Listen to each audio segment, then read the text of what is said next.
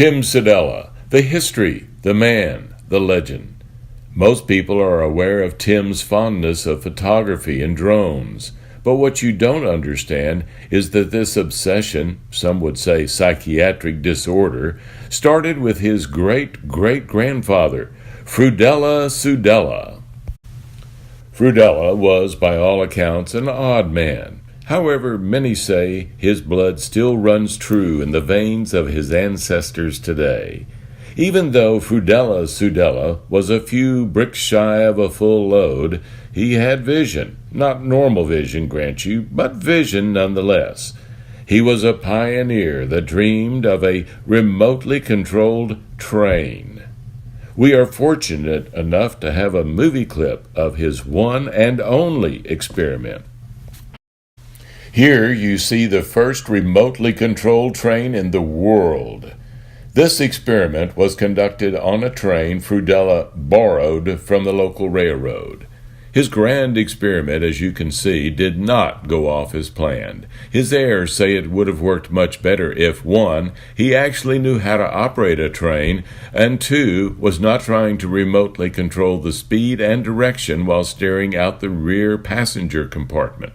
The recovered pieces of Sudela were buried next to his dad, Sudela. Tim's great-grandfather, son of Sudela, was Sudela. Sudela was also an inventor of some repute. Where his father wanted to revolutionize rail travel, Sudela dreamed of the skies. While early enthusiasts, such as the Wright brothers, concentrated on propulsion using gasoline-powered engines, Sudela believed in a more pure, back-to-nature approach to flying. We were again fortunate to find footage of some of Sudela's early flights.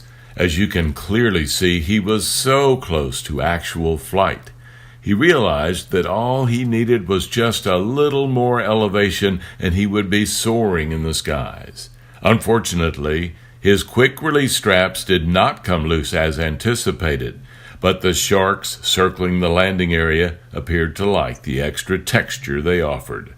Sudela's boots and goggles were buried next to his mother, Sudela. Tim Flyella Sudela, our current president, continued his ancestors' legacy by taking pictures and filming using the latest drone technology. With Tim's permission, we are happy to present some of his latest drone movie clips.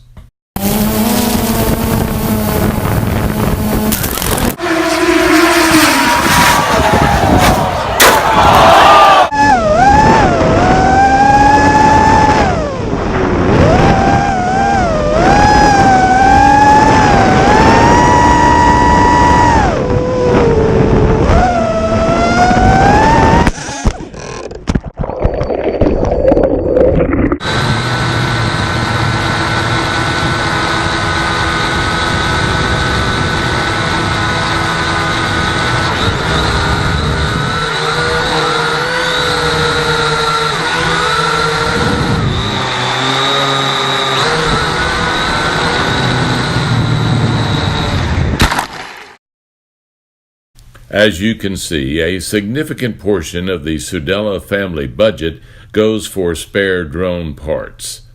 But Tim does much more than just merely crash drones into people, buildings, and the ocean. He is also the president of the Beaumont Rotary Club.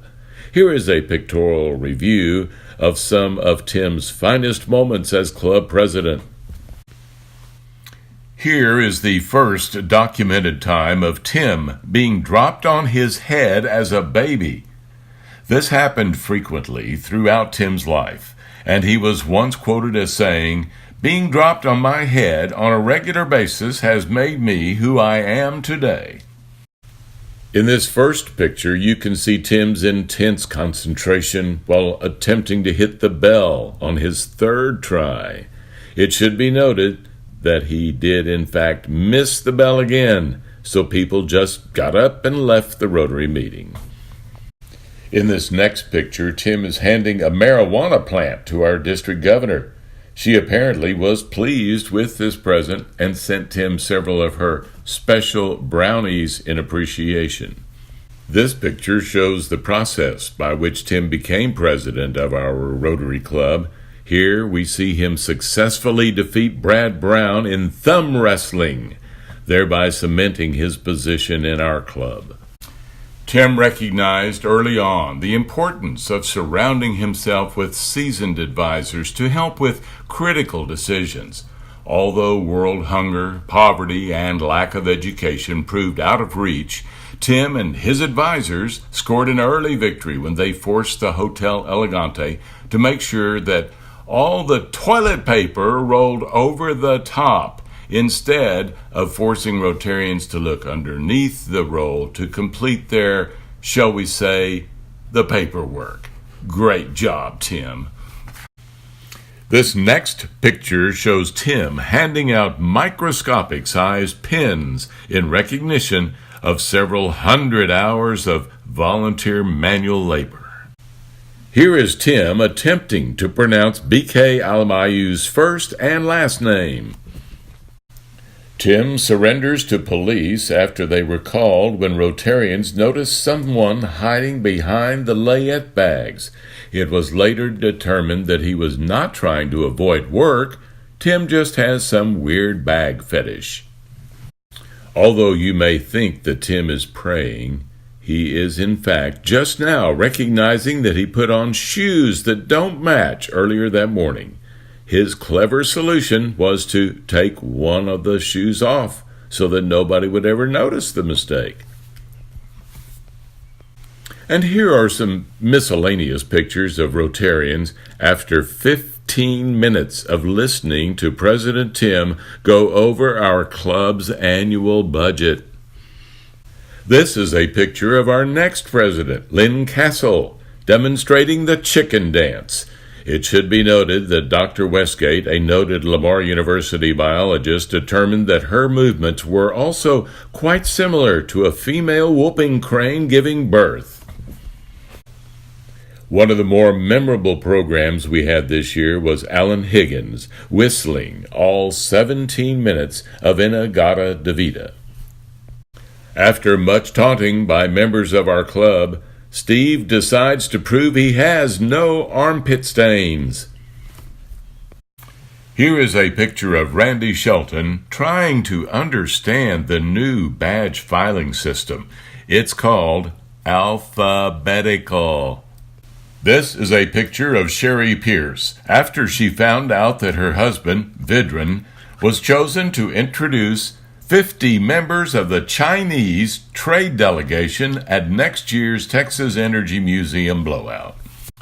Here is what happens when Gene Arnold forgets to turn his pacemaker to a lower setting after his 5th cup of coffee. Michael Perez is seen here practicing how he was going to propose to his now wife, Portia. The first 2 months of his proposal practice, which occurred both before and after our club meetings, involved a lot of groveling and crying, and ultimately the hotel staff told him he had to find another place because he was scaring small children.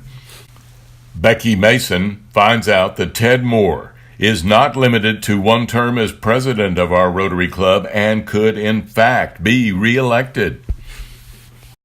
And while there are many wonderful things we could say about Tim's leadership over the past year as our president, unfortunately we are out of time.